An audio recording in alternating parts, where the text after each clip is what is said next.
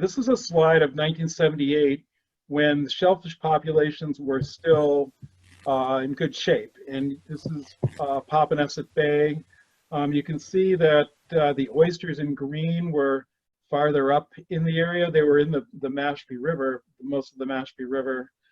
They were actually way back, they were in the whole bay. And Chucky will tell you that they used to pave roads with oyster shells from the bay. They had so many of them. So that was the situation, but now they're, if you go to the next slide,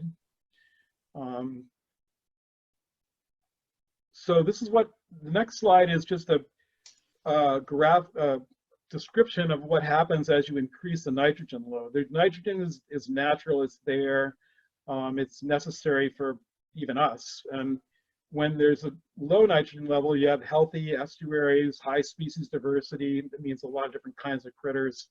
Then as you increase it a little more, actually it's beneficial.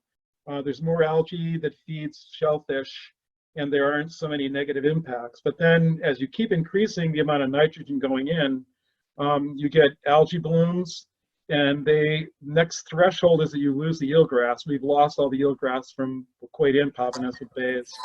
And then as the algae dies off, you get muck accumulation, which then you lose habitat. So the shellfish don't survive well in muck, and the scallops don't survive well in eelgrass. We've pretty much lost those except for some success with seeding.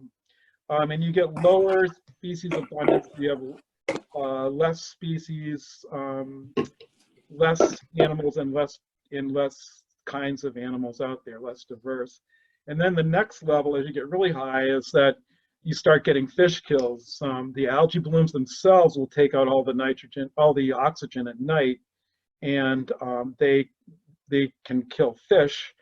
And that's what happened in the Mashpee River, our most impacted area. That happened in 2005.